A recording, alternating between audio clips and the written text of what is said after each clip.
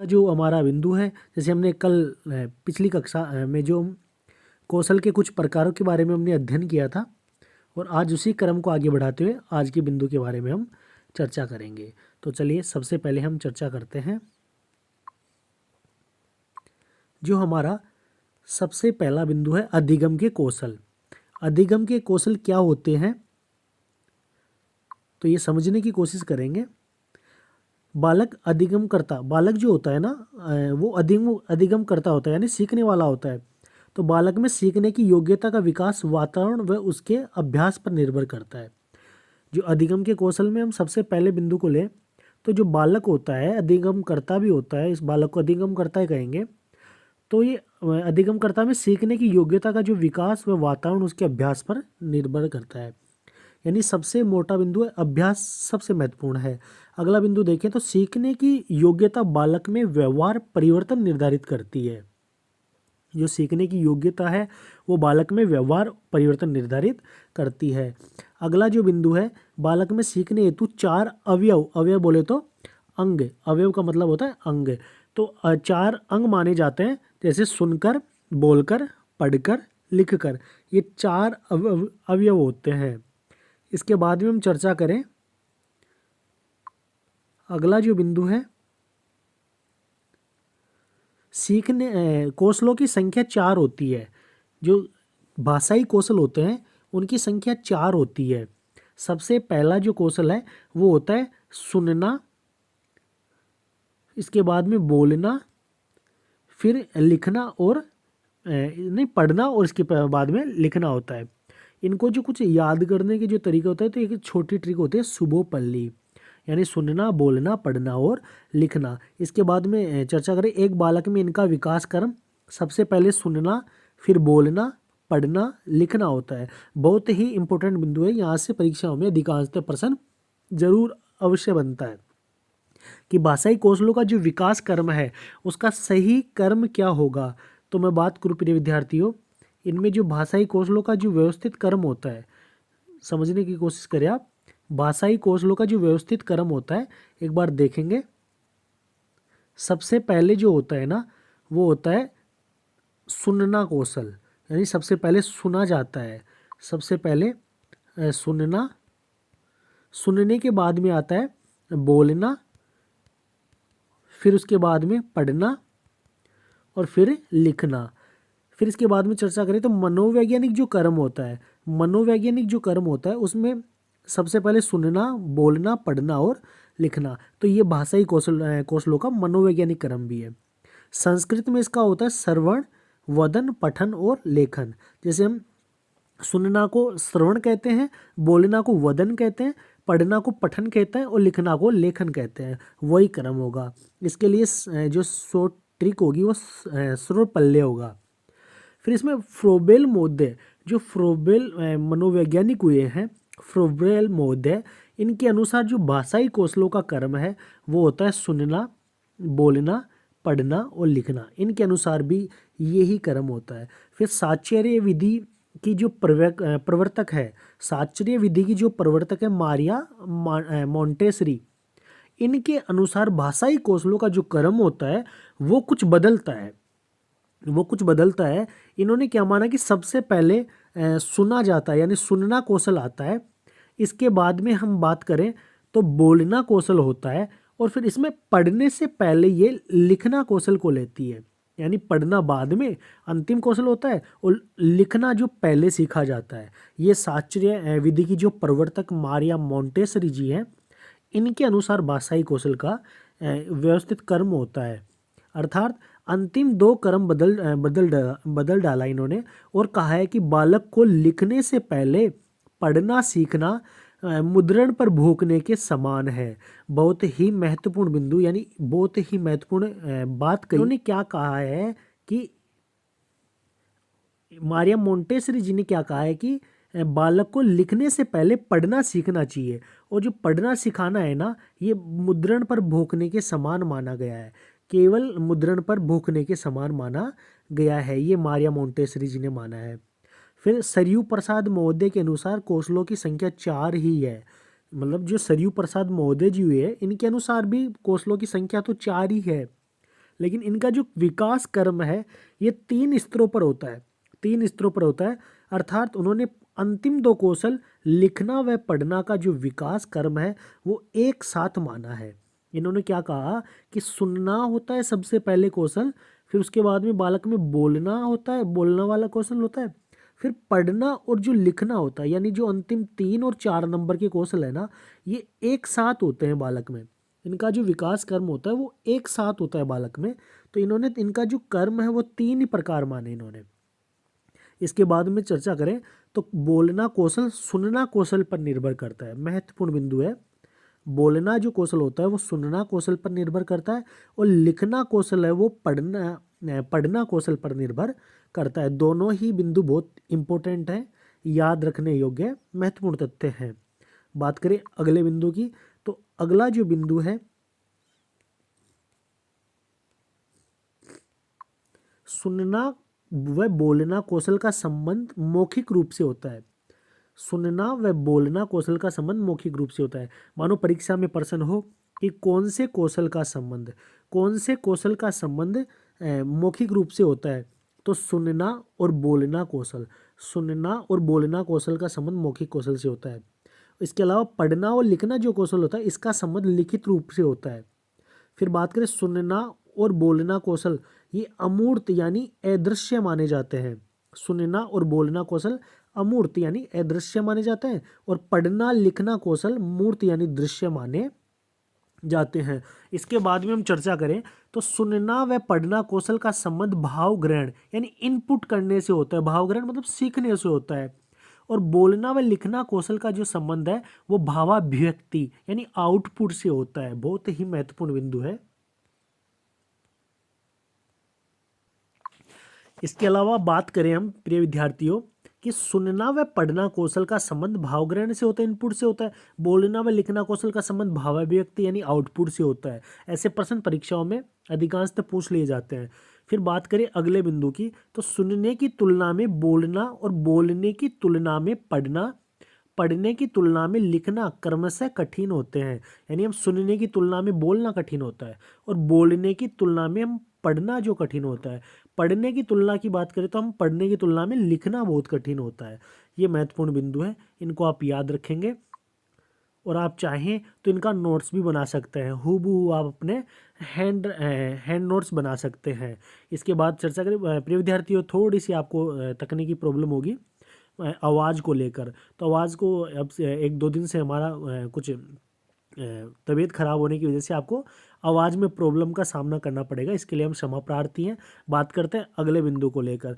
जो अगला बिंदु है सबसे सरल कौशल, तो इनमें से बताइए सबसे सरल कौशल कौन सा होता है। सबसे सरल कौशल होता है सुनना कौशल, और सबसे कठिन कौशल जो होता है वो होता है लिखना कौशल। आप ध्यान रखेंगे इस बात को, सबसे सरल को सुनना कौशल होता है और सबसे कठिन जो होता है वो लिखना कौशल होता है। इन सभी कौशलों में सर्वाधिक महत्वपूर्ण कौशल पढ़ना यानी पठन कौशल होता है, क्योंकि पठन द्वारा प्राप्त ज्ञान ज़्यादा स्थायी होता है। तो कौन प्रश्न पूछे कि कौन से कौशल का ज्ञान स्थायी होता है, तो पढ़ना कौशल का जो ज्ञान होता है यानी पठन कौशल का ज्ञान होता है वो प्राप्त ज्ञान ज़्यादा स्थायी होता है, लंबे समय तक स्थायी होता है। बात करें अगले बिंदु की, सुनना कौशल का आधार कौशल के नाम से जाना जाता है। इन जो सुनना कौशल है ना, इसको आधार कौशल के नाम से जाना जाता है। कौन सा कौशल है जिसको आधार कौशल के नाम से जाना जाता है? सुनना कौशल के नाम, सुनना कौशल को। फिर सबसे पहले अब एक एक के बारे में विस्तार पूर्वक चर्चा करते हैं। तो सबसे पहला जो कौशल है सुनना कौशल, यानी इसको श्रवण कौशल भी कहते हैं। यह प्राथमिक कौशल है, क्योंकि इसका विकास सबसे पहले होता है। फिर अगला बिंदु ले इसके बारे में, किसी विषय वस्तु को अर्थ ग्रहण करते हुए मनोयोग पूर्वक सुनना श्रवण कौशल होता है। श्रवण कौशल किसे कहते हैं? कि किसी विषय वस्तु को अर्थ ग्रहण करते हुए मनोयोग पूर्वक सुनना श्रवण कौशल कहलाता है। यह अधिगम के कौशलों में प्रथम स्थान रखता है। इसके अलावा अगला बिंदु, इस कौशल के विकास हेतु बालकों को एकाकी अभिनय के ज़्यादा से ज़्यादा अवसर दिए जाने चाहिए। अगर सुनना कौशल को हमें मजबूत करना है तो इसके लिए हमें एकाकी अभिनय के ज़्यादा से ज़्यादा अवसर बालकों को दिए जाने चाहिए। इसके आगे बात करें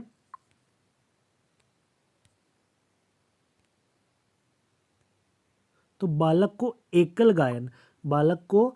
गायन, कविता पाठ आदि के अवसर भी प्रदान किए जाने चाहिए। अगला बिंदु, अध्यापक को कक्ष में पढ़ाते समय गीत शैली अपनानी चाहिए, यानी गीत शैली अपनानी चाहिए। इससे इनका श्रवण कौशल मजबूत होगा ताकि प्राथमिक स्तर तक अच्छा प्रभाव स्थापित किया जा सके। बालकों को संवाद यानी वार्तालाप के ज़्यादा से ज़्यादा अवसर प्रदान करने चाहिए। उन्हें वाद विवाद व अंत्याक्षरी में भाग लेने हेतु प्रेरित करना चाहिए। अगर वाद विवाद होगा तो बालक को बोलने का अवसर मिलेगा, और बोलने का अवसर मिलेगा तो बोलने से पहले उनको उनकी बातें एक दूसरे को सुनने को मिलेगी, और उनका जो बालकों का जो संवाद होगा एक दूसरे से होगा तो उनका जो कौशल होगा वो अधिक मजबूत होगा।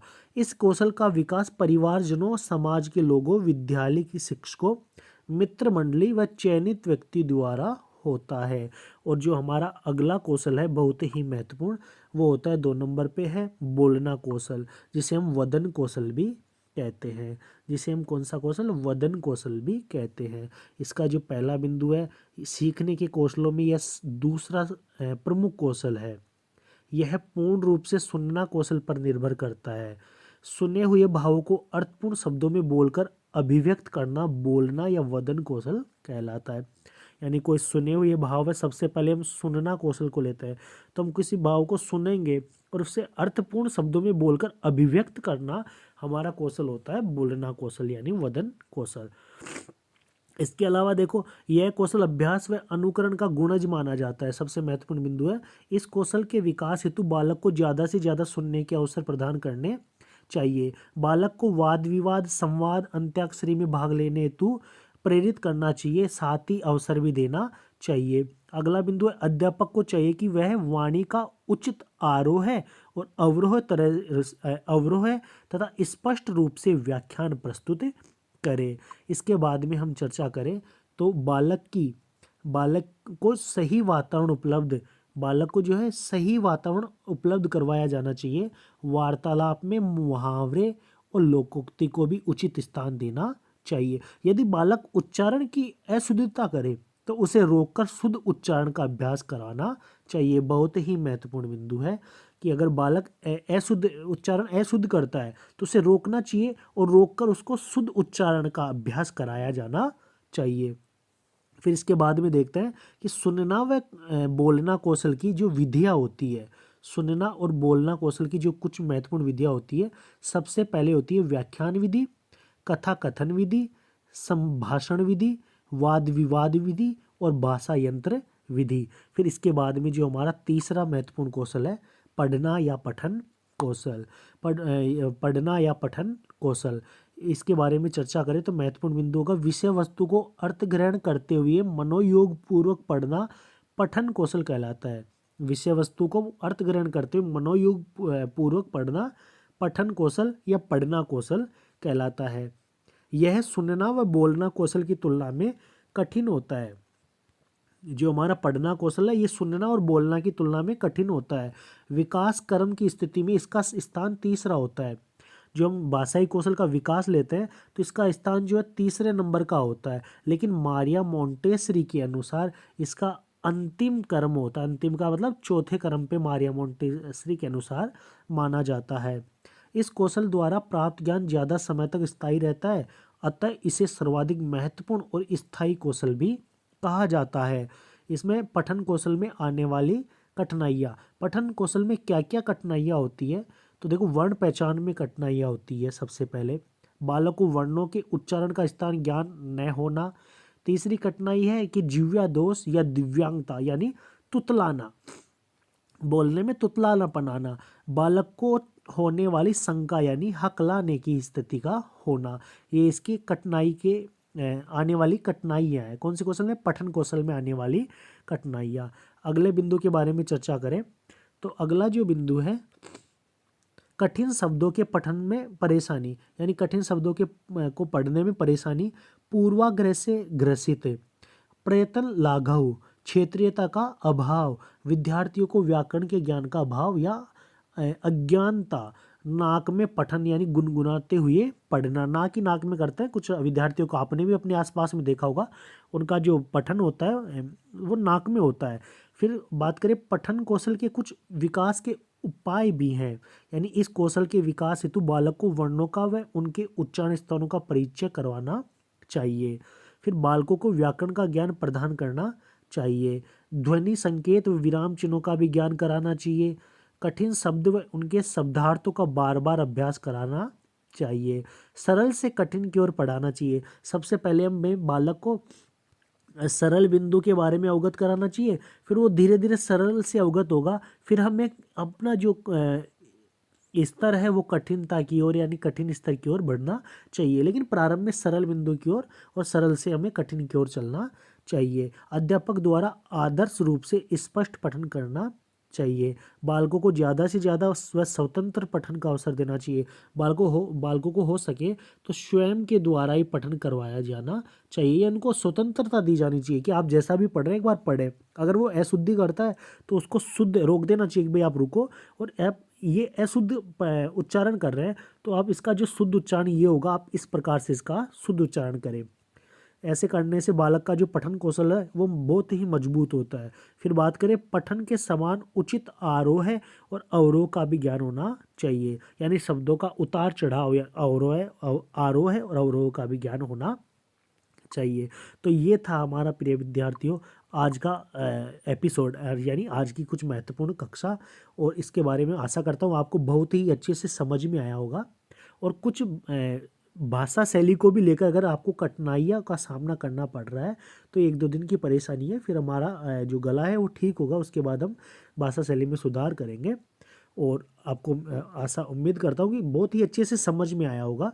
तो हमारे चैनल को आप एक बार सब्सक्राइब करें, लाइक करें और अपने मित्रों को ज़्यादा से ज़्यादा शेयर करें, और आपको निरंतर कक्षाएं उपलब्ध होती रहेगी। हो सकता है समय में थोड़ा उतार चढ़ाव आ सकता है, लेकिन आपको पर डे का मतलब रोजाना शिक्षण विधियों से संबंधित कक्षाएं मिलेगी। जैसे हमारा शिक्षण बिंदुओं का पाठ्यक्रम पूर्ण हो जाता है, फिर आपको अभ्यास प्रश्न कराए जाएंगे। कौन से प्रश्न? अभ्यास प्रश्न। जैसे ही हमारी परीक्षा आएगी उससे पहले पहले आपको बहुत ही अच्छे से शिक्षण विधियाँ समझा दी जाएगी, और बहुत ही महत्वपूर्ण अभ्यास प्रश्न भी हल करवाए जाएंगे, जो आपके परीक्षाओं में जितना हो सकेगा आपको हूबहू रूप से देखने को मिलेंगे। बाकी चर्चा करेंगे अगले एपिसोड में। धन्यवाद साथियों।